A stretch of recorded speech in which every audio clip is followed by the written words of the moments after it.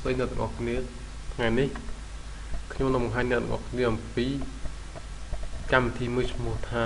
Open Office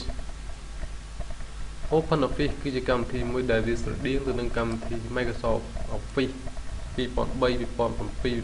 2013អញ្ចឹងដែរគ្រាន់តែថាខ្មែរ Open Office នេះគឺជាប្រភេទកម្មវិធីមួយដែលវាមានលក្ខណៈងាយស្រួលក្នុងការបង្កើតកម្មវិធី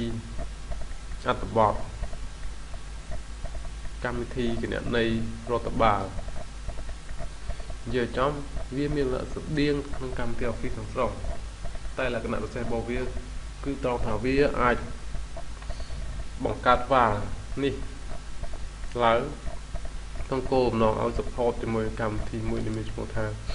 ខ្មែរ Converter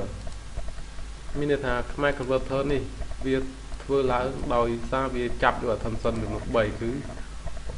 ODT Plain Text និង Web Page HTML អញ្ចឹងមានតែកម្មវិធីនេះមួយគត់ Open Office នេះទេដែលវាមានសមត្ថភាពក្នុងការបង្កើតឲ្យទៅជាឲ្យ file ឯកសារទៅជា attention ចំនួន3នេះអញ្ចឹង Open Office វាមានលក្ខណៈសំខាន់ត្រង់ហ្នឹងព្រោះថាវាអាចមានលទ្ធភាពបង្កើតជា attention ទាំង3ដើម្បីឲ្យវាស្គាល់ជាមួយខ្មែរ Open Office រីឯ option ដទៃទៀតគឺវាប្រើ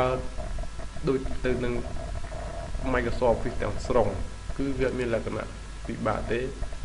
គ្រាន់តែ interface វានិង toolbar វាមានលក្ខណៈផ្សេងពីខ្មែរពី Microsoft Office តែប៉ុណ្ណោះអញ្ចឹងរាល់ការធ្វើកម្មវិធីការធ្វើអីយើងអាចប្រើកម្មវិធីនេះជំនួស Microsoft Office ក៏បាន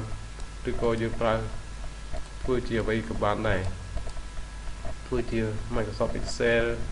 Microsoft PowerPoint ការបង្ហាញ presentation យ៉ាងងាយស្រួលតែក្នុងនេះខ្ញុំនឹងបង្ហាញត្រឹមតែតើខ្មែរ Office នេះ Open Office នេះគេប្រើដើម្បីធ្វើអ្វីគឺគេប្រើដើម្បី save វាដើម្បីធ្វើជា file ដើម្បីបំលែងឧទាហរណ៍ថានៅក្នុងការងាររបស់ក្រុមហ៊ុនខ្មែរមួយគាត់មានឯកសារគាត់ដែលប្រើជា font Limon ចំនួន100ទំព័រអញ្ចឹងក្នុង100ទំព័រហ្នឹងគឺប្រើជា Limon ទាំងអស់អញ្ចឹងតែមកដល់បច្ចុប្បន្ននេះគឺគេ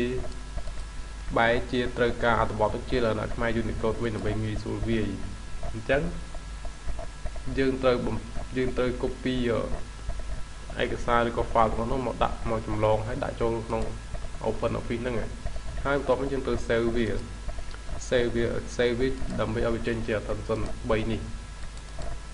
នេះគឺជា attention ដែលយើងត្រូវ save ពី Open Office ហើយយកវាមកបំលែងជាមួយកម្មវិធីខ្មែរ Converter នឹងតែម្ដងព្រោះថាខ្មែរ Converter នេះ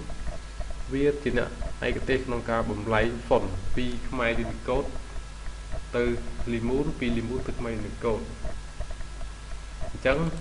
ហើយបន្ទាប់នោះគឺវាស្គាល់តែ attention តែ3នេះគត់ក្រៅពីនេះវាអត់ស្គាល់ទេអញ្ចឹងតម្រូវឲ្យយើងប្រើកម្មវិធី Open Office ដើម្បីជំនួយដើម្បីឲ្យខ្មែរ Converter ស្គាល់អ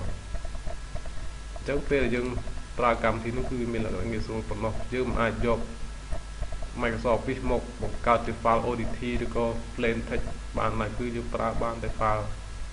គឺមានតែ Open Office តែមួយគត់ដែលវាអាចមានលទ្ធភាពបង្កើតជា attention ទាំងអស់នោះ